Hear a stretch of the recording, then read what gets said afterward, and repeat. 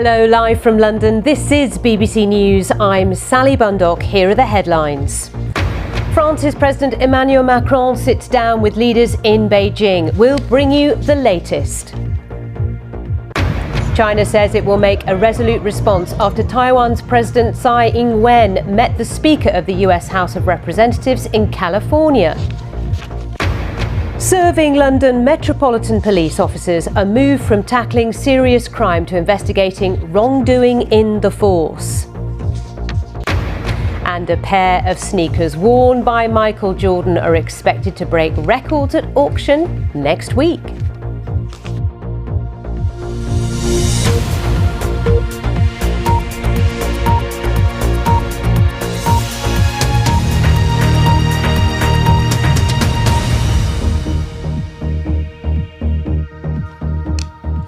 A very warm welcome to the programme, and we begin with President Macron of France and the President of the European Commission, Ursula von der Leyen, who are in Beijing, where they're holding talks with Chinese leadership.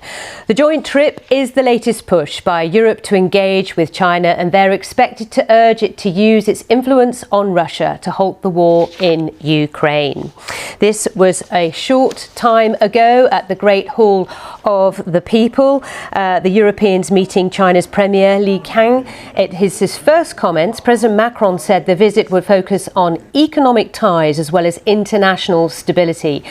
He and Ursula von der Leyen will also have talks with President Xi Jinping. That meeting is expected in just a few hours' time. Well, let's go live to our Asia Hub and talk to my colleague Mariko Oy, who's been keeping a very close eye on the proceedings. So, Mariko, today the official talks get underway. Talk us through what's happened so far. David Willis there around the world and across the UK. You're with BBC News.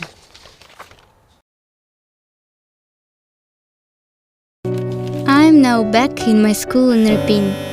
Now there is a good shelter here, and we can finish our drawings. It's good that it was restored.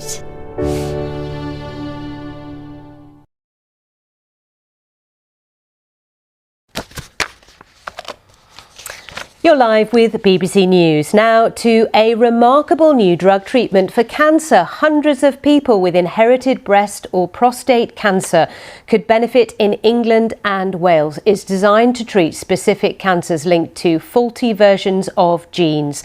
The healthcare body NICE said it would improve quality of life. Our health correspondent Sophie Hutchinson reports. See a pair of those for my next manoeuvre over there to what's known as the catwalk. You'll see me there in just a few minutes' time, but I fear Michael Jordan's shoes are a little bit large for me. I'll be back with all the top business stories here next. We'll be live to Paris shortly for the latest on what's happening there today. Another day of disruption if you're in France. I will see you in just a moment.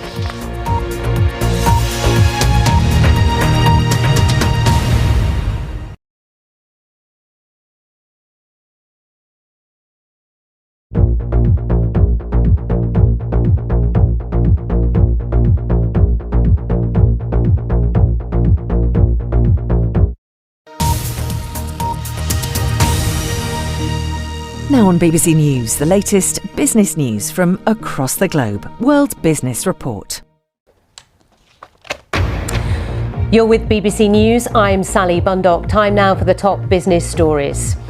As Emmanuel Macron looks to woo China with a large trade delegation, the crisis at home over pensions reform deepens. We're live in Paris.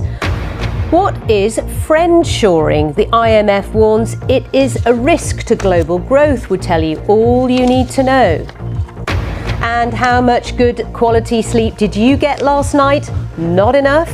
Well, you're not alone. We look at the growing trend of sleep tourism.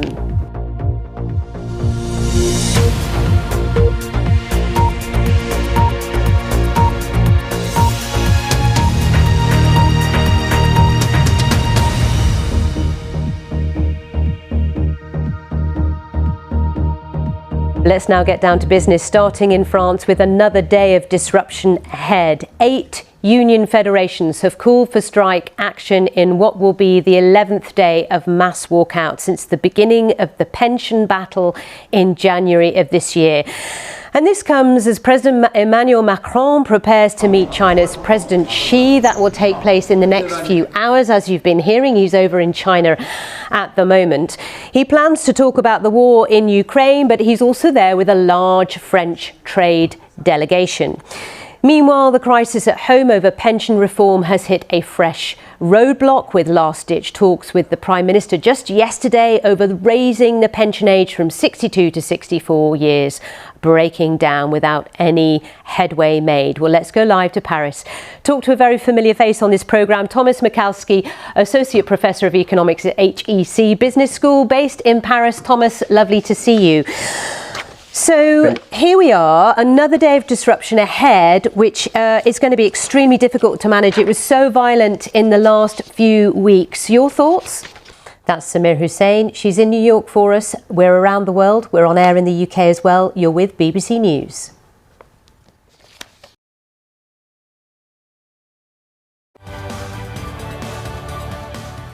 I think we can use a form of capitalism and continue to get its benefits while solving climate change. We should remember that the globalization we had before brought more than 1 billion people out of poverty. I always associated fashion with fun and joy. Women ourselves are finding our power. We always had a voice. We just weren't allowed to use it. When big names talk, they talk to the BBC.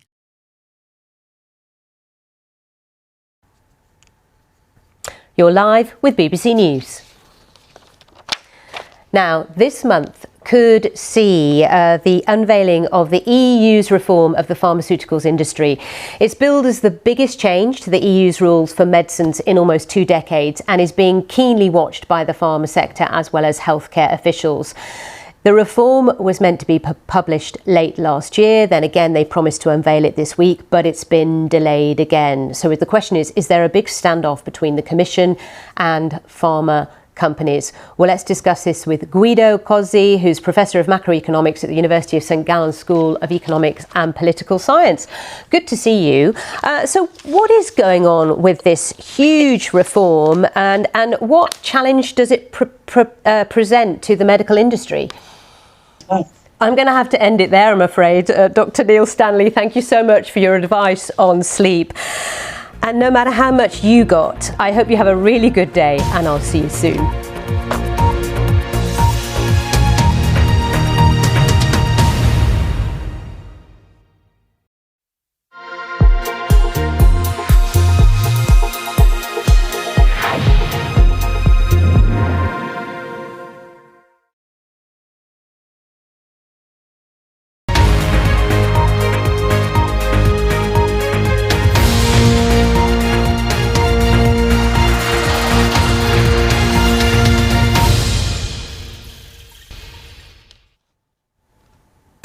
Live from London, this is BBC News. I'm Sally Bundock with the headlines.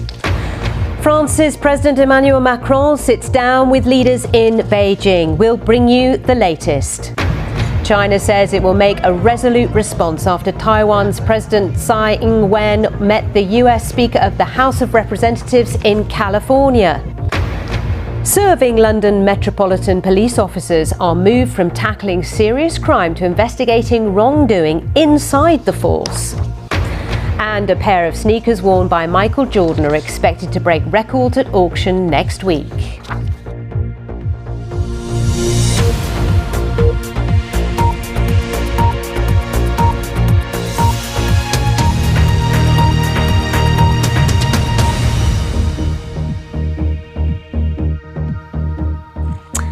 A very warm welcome to the programme, and we begin with President Macron of France and the President of the European Commission, Ursula von der Leyen, who are in Beijing, where they're holding talks with Chinese leadership. The joint trip is the latest push by Europe to engage with China, and they're expected to use it to influence Russia in terms of a halt to the war in Ukraine. Now, this was a short time ago at the Great Hall of the People, the Europeans meeting China's Premier Li Qiang. In his first comments, President Macron said the visit would focus on economic ties as well as international stability. He and Ursula von der Leyen will also have talked with President Xi Jinping. That meeting is expected in the next few hours. Well, let's go live to our Asia hub to talk to Mariko Oy, who's keeping a close eye on all of this. So Mariko, so far, talk us through today. Okay, Hugo, thank you so much. Hugo Pachega there in Kyiv for us. Now let's get some of the day's other news. The governor of the US state of Missouri says it could take months for parts of the region to recover after a large tornado. At least 5 people were killed in the storm when it hit Bollinger County, about 80 kilometers south of St. Louis. Researchers studying how ice sheets melt say their findings suggest Antarctica's glaciers could retreat much faster than previously thought. The study shows that ancient ice sheets melted at up to 600 meters a day. Police in Brazil have interviewed the former president Jair Bolsonaro. It's about his alleged attempts to bring jewelry worth millions of dollars into the country. The items were gifts from a Saudi prince. Mr. Bolsonaro said he never knowingly broke the law. Concerns have been expressed about patient care because of next week's 4-day strike by junior doctors that's scheduled in England. NHS providers, which represents trusts, said the challenges were unprecedented. There are expected to be widespread cancellations of planned treatments. Here in London, the Metropolitan Police say it's moved officers from tackling serious crime and terrorism to actually boosting efforts to clean up the workforce from the inside. Last month, a major review branded the force institutionally sexist, racist and homophobic. The head of the Met says that hundreds of officers and civilian staff will be removed over the next few years. Helena Wilkinson reports. Yes, that was Chris Page there with that very emotional story, a very significant anniversary here on BBC News.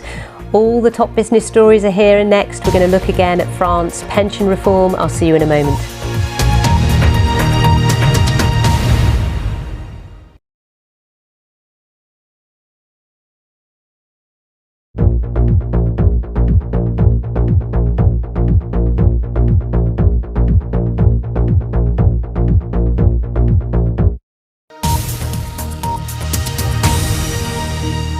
Now on BBC News, the latest business news from across the globe. World Business Report.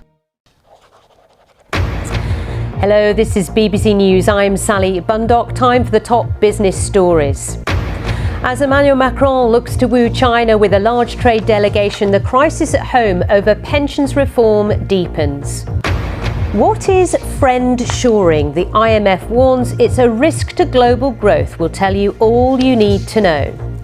And how much is a good night's sleep? How was your evening? If you didn't get enough, you're not alone. We're going to look at the growing trend of sleep tourism.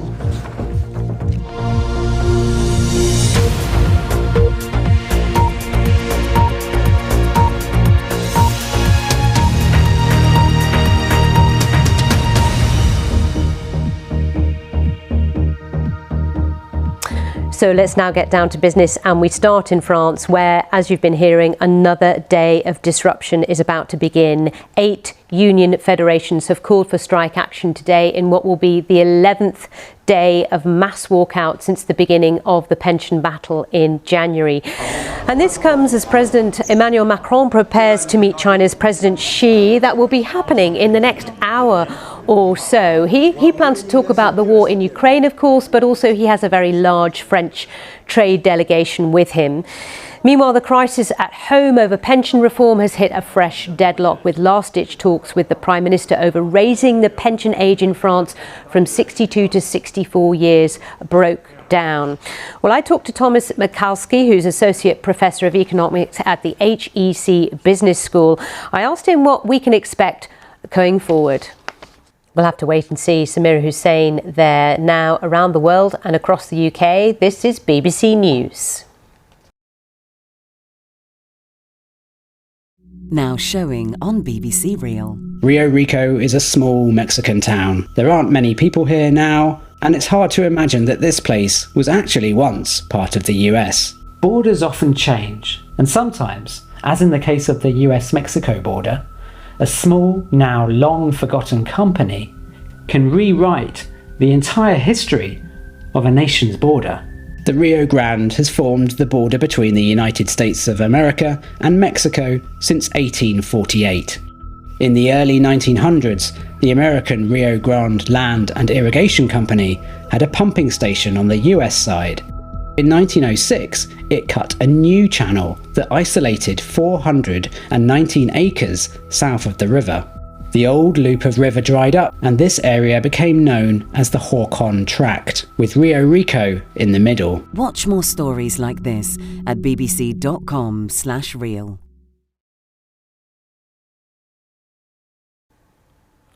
You're live with BBC News. Let's continue with the business coverage and now focusing on the travel industry. It was one of the hardest hit during the pandemic, and many airlines are now ramping up their capacity to cope with the return to air travel. Sri Lankan Airlines is no exception, but it's facing some serious challenges, not least the crippling economic crisis in Sri Lanka and privatisation plans. So we caught up with the man in charge, Richard Nuttall, Chief Executive of the carrier, who shared what a change of ownership could do for the airline. It's all downhill for me, isn't it, by the sounds of things? Tell me what you think. I'm on Twitter at Sally Bundock BBC. I'd love to hear your story about sleep, your advice, your top tips. But for now, it's goodbye. I'll see you soon.